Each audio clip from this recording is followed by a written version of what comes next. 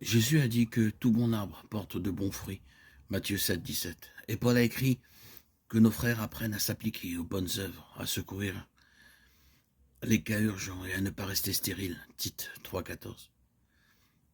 Certains examinent le fruit de leur propre vie, le trouvent insuffisant et se demandent s'ils sont vraiment sauvés. Leur méfiance à l'égard du fait qu'ils sont un bon arbre peut être due au fait qu'ils se sont fixés une norme plus élevée que celle de Dieu, minimisant ce que Dieu fait à travers eux. Ils se mesurent bêtement aux autres et à leurs fruits. 2 Corinthiens 10, 12. Ils sont laxistes dans leur recherche de bonnes œuvres, ou ne sont pas sauvés et n'ont donc pas l'amour motivant du Christ. Si vous doutez de votre salut à cause d'un manque de bonnes œuvres, confessez alors le péché d'omission à Dieu et demandez son pardon pour l'amour de Jésus. Il est leur temps de raviver le don de Dieu qui est en vous. De Timothée 1, 6. Il y a beaucoup de travail à faire pour le royaume. Luc 10, 2. Et la Bible donne de nombreuses directives sur la manière de le faire. En général, pour les chrétiens, veillez à ne pas établir de fausses normes de performance ou à comparer vos bonnes actions à celles des autres. Demandez à Dieu ce qu'il veut que vous fassiez et faites-le. Certaines personnes, en particulier celles qui ont été sauvées à un très jeune âge, doutent de leur salut parce qu'elles ne se souviennent pas très bien de leur conversion et se demandent si la décision qu'elles ont prise lorsqu'elles étaient enfants était sincère. De tels sentiments sont fréquents chez les adultes qui ont été sauvés étant enfants. Dans de tels cas, il est bon de revoir les promesses de Dieu et de se rappeler que Jésus invite les enfants à venir à lui. Maintenant que Jésus est mort pour vos péchés et ressuscité, placez-vous votre foi en lui seul. Une autre raison de la présence de doute concernant le salut est la culpabilité persistante à l'égard des péchés passés. Marc 10, 14.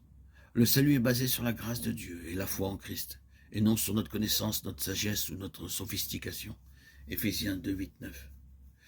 Jésus a promis que ceux qui sont à lui ne périront jamais. Jean 10, 28. Si des doutes persistent quant à l'authenticité de votre conversion d'enfant, assurez-vous de votre foi, peu importe ce que vous avez fait en tant qu'enfant. Croyez-vous. Nous regrettons tous nos méfaits passés et nous avons tous un ennemi spirituel que la Bible appelle l'accusateur. Apocalypse 12, 10. La combinaison des regrets et des accusations peut susciter beaucoup de doutes. Heureusement, celui qui est en vous est plus grand que celui qui est dans le monde. 1 Jean 4, 4. Si vous doutez de votre salut à cause de sentiments de culpabilité, demandez-vous alors, ces péchés dont je me sens coupable ont-ils été confessés à Dieu? Si c'est le cas, sachez ceci, Dieu a éloigné ce péché de vous aussi loin que l'Orient est éloigné de l'Occident. Psaume 103, 12. Cette promesse demeure éternellement. Si nous confessons nos péchés, il est fidèle et juste. Il nous enlèvera la vie éternelle. Pardonne-nous nos péchés et purifie-nous de toute injustice. Parfois, douter est une bonne chose. Le doute peut, comme la douleur, nous alerter sur un problème qui doit être résolu. Nous devons nous tester pour être sûrs que nous sommes dans la foi. Éprouvez-vous vous-même, ne reconnaissez-vous pas que Jésus-Christ est en vous, à moins que vous ne soyez épargnés par l'épreuve. 2 Corinthiens 13, 5. Assurez-vous que vous êtes nés de nouveau. Si vous avez fait confiance à Christ comme votre sauveur, alors vous avez, et Dieu veut que vous ayez confiance en votre salut. Romains 8, 38, 1 Jean 5, 13.